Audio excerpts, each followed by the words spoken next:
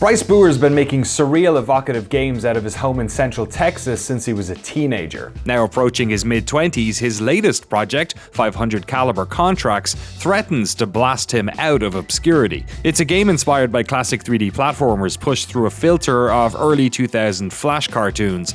Lots of chaining, jumping abilities to get across the map, exploring each level to better master them.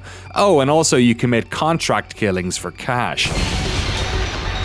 To speak to him ahead of the release of 500 Caliber Contractz, we sent our very own contract killer Jeremy Jane to talk to him about digital places, designing platformers, and creating art in the era of uncertainty.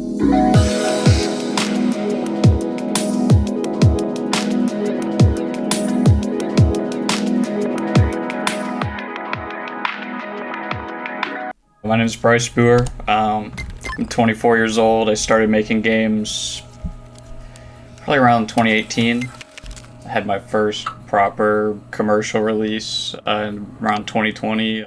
That was Fat and Betala, and I was involved with the Haunted PS1 community. I played a big part in doing those Haunted PS1 demo discs, the first two of those that came out. And for the past, 3 years, 2.5 years, I've been working on a game called 500 Caliber Contractz.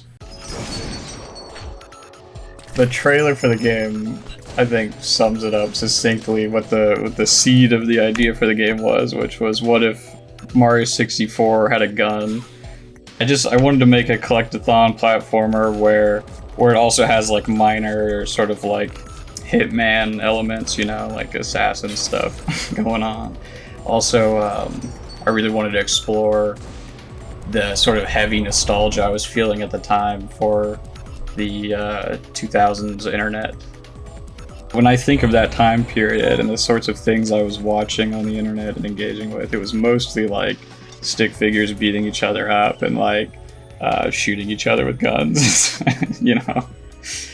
I think I get a lot of inspiration from the late 90s and early 2000s in general, because I think for just a lot of various cultural and economic factors, people were just generally a lot more optimistic and excited about the art that they were working on.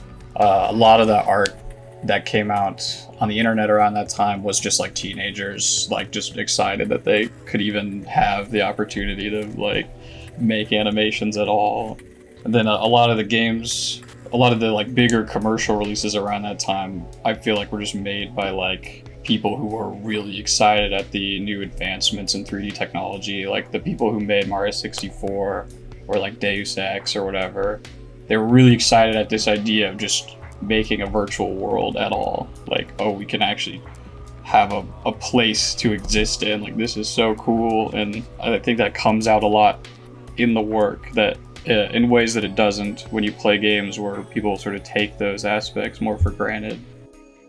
Pretty much all of your games, I think, capture this really well. There's sort of this old internet sense of mystery. Could you I don't know, could you talk about your relationship to playing games when you were younger, or is that something you're intentionally trying to evoke?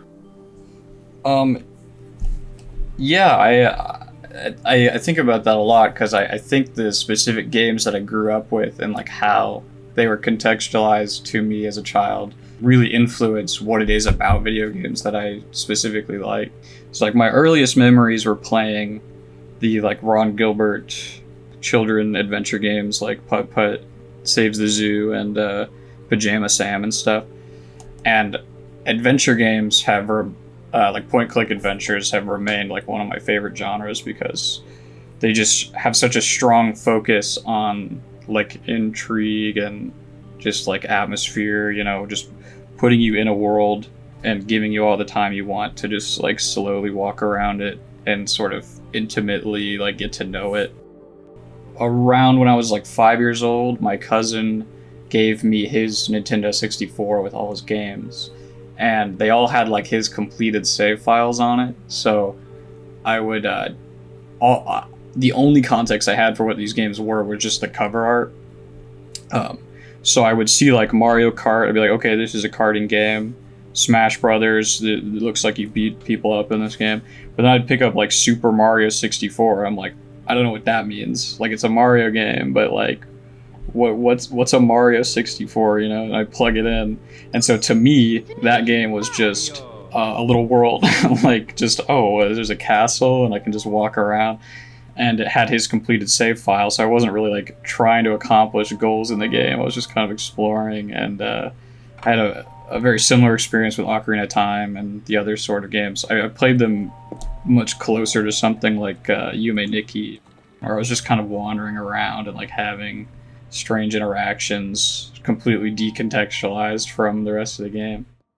With 500 Caliber, because it's sort of more of a, not like a genre piece, but like it leans a little more into genre tropes, even if it's subversive about them. I'm curious how you approach that. I would say out of anything I've made so far, it has the most established genre tropes. The framework is completely built similarly to something like Mario 64, where it's like you hop in a level and do kind of like busy work and then get tokens, you know? And honestly, I don't know, my relationship with that has been really complicated, honestly. Like, so I started the game in 2022, and I think around that time, I just really wanted to experiment with making stuff that is more gameplay heavy in like established genre ways. And then I landed on finally like continuing with the 3D platformer project specifically. You know, the idea of it was so fun in my head. Like, it was a fun like exercise being able to create the character controller and then make it fun, which took a really long time. But then at a certain point, like when I had to make the rest of the game, it started to kind of wear on me. Like, I'm like, oh man, I really wish I was just making something that had less like gameplay, you know? Like, I wish I could make worlds that weren't built for you to like jump around in. I wish I could just make stuff for you to like walk around in and interact with.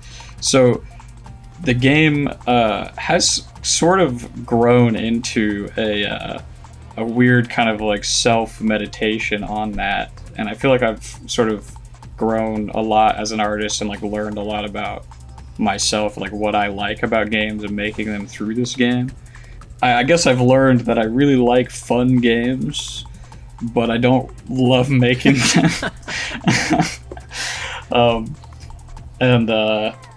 Yeah, I don't know. I think that'll reflect a lot in the final release, but I don't think that's something you see a lot in the demo, because that's a point in time in which I was still really into the idea of just making it like really fun and loud and stupid.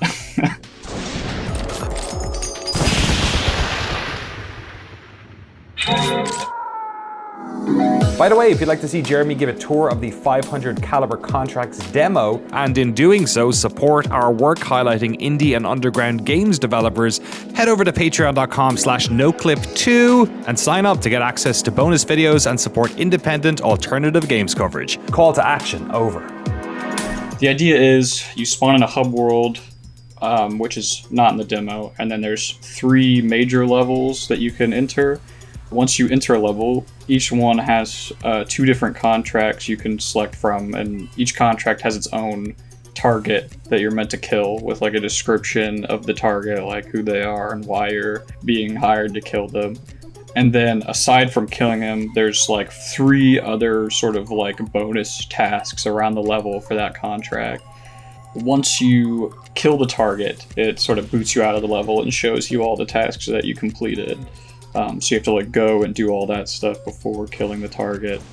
And then once you're done with that, you can move on to the next contract or go to a different level in whatever order you want. And then eventually the game will end. 3D platformers are generally sort of a very accessible genre, but then there's this emergence of like movement and like high skill ceiling and speed running and stuff. I'm curious if you want to talk about like designing for a variety of skill levels. Oh man, so me and a few of my other peers, such as like Fever Dream Johnny and a few others, we got a lot of inspiration from a couple of our friends, that being Marcus, who made Tori 3D, and Ritzler, who made Pseudo Regalia. I think we both kind of saw a lot of wisdom from them when it came to that sort of thing, because, you know, I've never made a 3D platformer before, at least not on this scale. And I originally was designing it more kind of like a puzzle platformer, where there's like one specific like set of moves you have to do in order to cross each gap, and that sort of thing's really fun to design, but it's really hard to design in a way that's fun. And so when I was playtesting this, something that Ritzler kind of pointed out to me was, it sounds like extremely obvious in hindsight, but it's like, you should have multiple ways of doing anything. Like, you shouldn't be required to use any move in any situation, like it should just be whatever the player comes up with, that's how you get past it. I also was initially making the levels like way too big. Like the level in the demo was originally like almost twice as large as it is now, like literally just in terms of scale. Like I just shrunk it.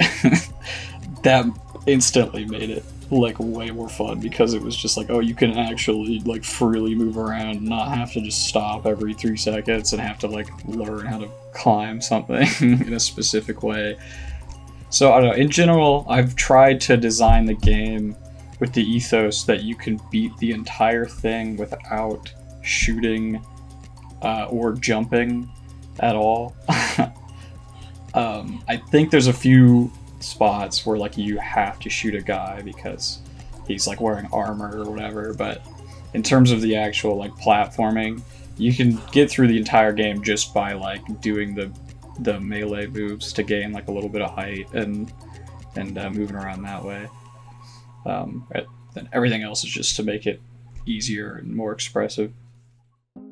I feel like your work has this sort of like dreamlike feel to it, and I'm curious like where you draw inspiration for in like general aesthetics, and your character design especially is like very, very specific and cool and idiosyncratic.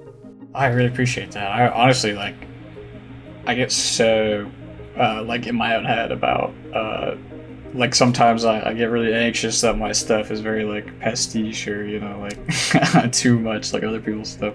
So I'm glad to hear that. But I mean, a lot of it actually just does come from dreams like that I have, or like when I'm like half awake, my mind's sort of in that half awake, half dreaming kind of state. I'll like have an idea and then it'll just like wake me up fully, and I gotta like grab my phone and write it down.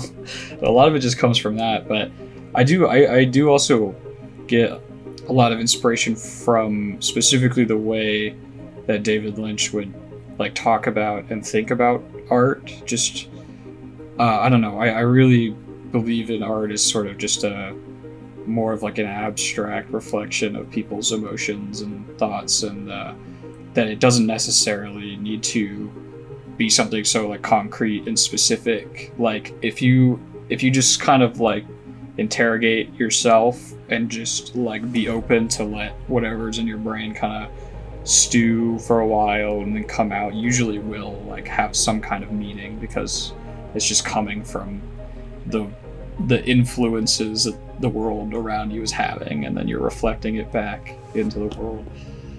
Yeah, I don't know, just more than anything, I think artists should just like do whatever they want without like thinking too hard about if it's like fitting within certain standards or not. Like it's your game, it's your movie, it's your book. Like do what you want. You don't need to fit a specific standard for like entertainment or like awards or whatever. Just like try to make something that means something to you, and that's it.